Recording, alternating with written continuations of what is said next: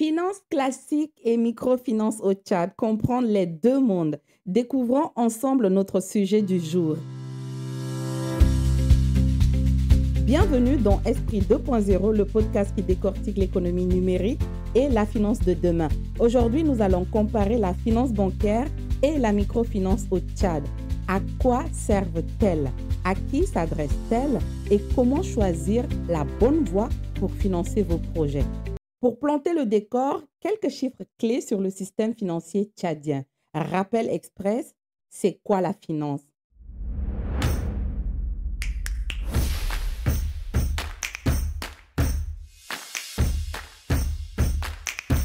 En deux mots, la finance, c'est la manière dont on gère l'argent. Comment on le gagne, comment on l'économise, comment on l'investit et comment l'emprunter.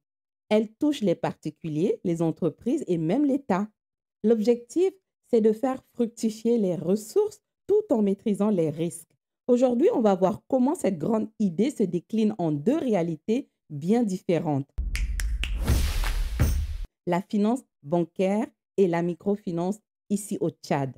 Au 30 avril 2024, le Tchad compte 10 banques, totalise plus de 2200 milliards d'actifs et 62 institutions de microfinance pour environ 30 milliards d'actifs.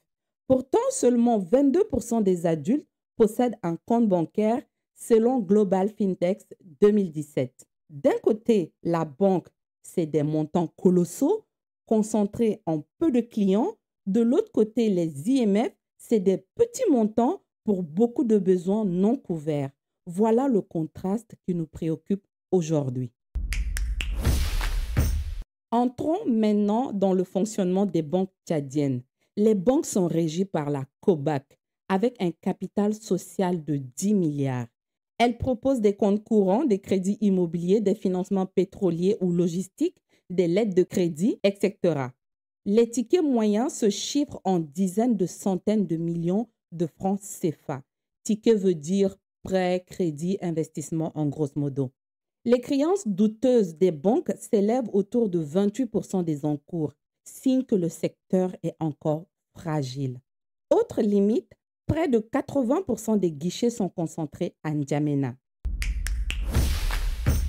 Zoom ensuite sur la microfinance, moteur de l'inclusion financière. Les institutions de microfinance ou IMF se repartissent en trois catégories définies par la COBAC. Catégorie 1, ce sont des structures de petite taille, souvent des coopératives d'épargne et de crédit à base communautaire.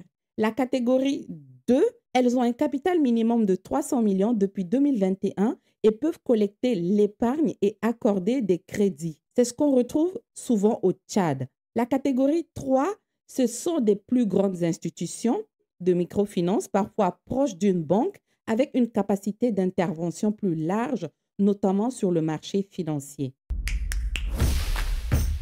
Entrons maintenant dans la plus répandue au Tchad, la catégorie 2. Elle octroie des microcrédits entre 50 000 francs CFA à 2 millions de francs CFA, propose de l'épargne très petit ticket, des micro-assurances et s'appuie massivement sur le mobile money. Leur réseau, environ 140 points de service principalement au sud et dans la capitale. Et les financements extérieurs existent. En 2023, l'IFC a accordé 1,87 milliard de francs CFA à Express Union Tchad pour étendre le crédit rural et féminin. IFC, c'est l'abréviation de International Finance Corporation, en français, Société financière internationale.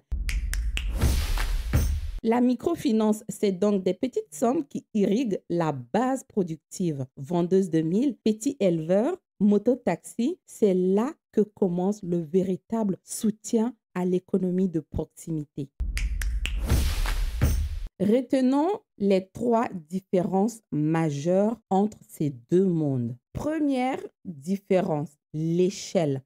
La banque, on parle de millions et des milliards. La microfinance, on parle que des milliers. Deuxième différence, c'est l'objectif. Les banques cherchent avant tout à rentabiliser, à stabiliser. En bref, elles cherchent son intérêt. Les IMF priorise l'inclusion sociale tout en restant viable. Troisième différence, la réglementation. La banque et les IMF ont un même régulateur, la COBAC, mais elle exige des capitals proportionnels à leur taille. Concrètement, un agriculteur qui veut 400 000 francs CFA pour sa campagne ira vers une IMF, alors qu'une société qui sollicite 3 milliards pour une base logistique pétrolière, par exemple, devra se retourner vers une banque. Alors, arrête de déranger ton cousin qui travaille à la banque pour ton projet de cafétéria ou de jardin de légumes. Va plutôt dans une IMF. Tu n'as pas besoin de connaître quelqu'un pour le faire. Ils sont là pour tout le monde.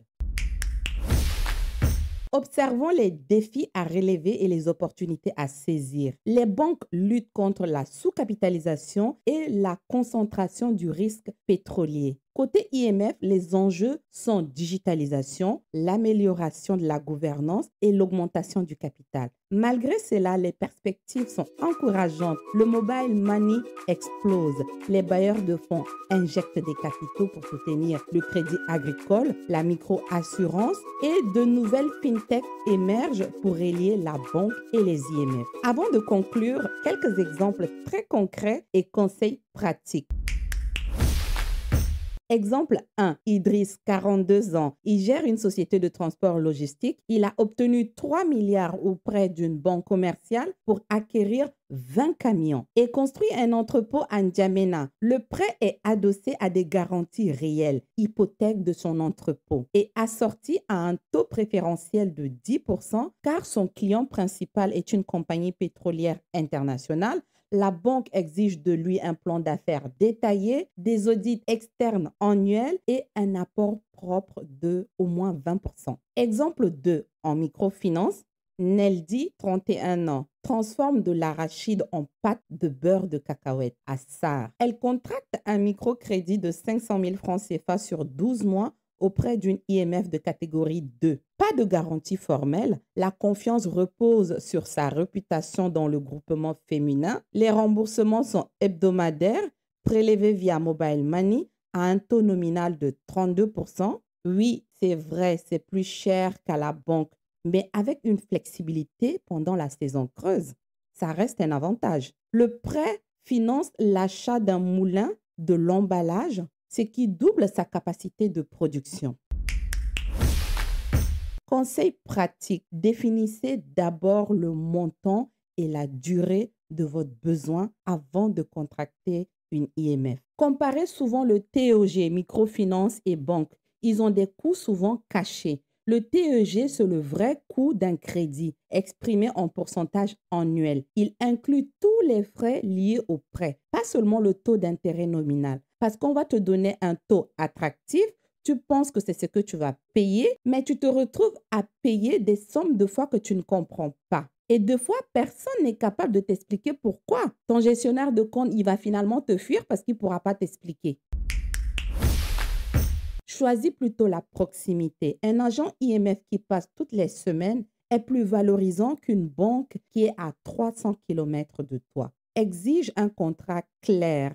Garde un œil sur les pénalités de retard. Voilà, vous savez maintenant naviguer entre finance classique et microfinance au Tchad. Si l'épisode vous a plu, partagez-le et envoyez vos questions audio parce que maintenant on est disponible sur WhatsApp. On va préparer des questions spéciales inclusion financière. La semaine prochaine, on parlera FinTech dans le chapitre éducation numérique. D'ici là, restez curieux, prudents et gardez l'esprit 2.0. À bientôt!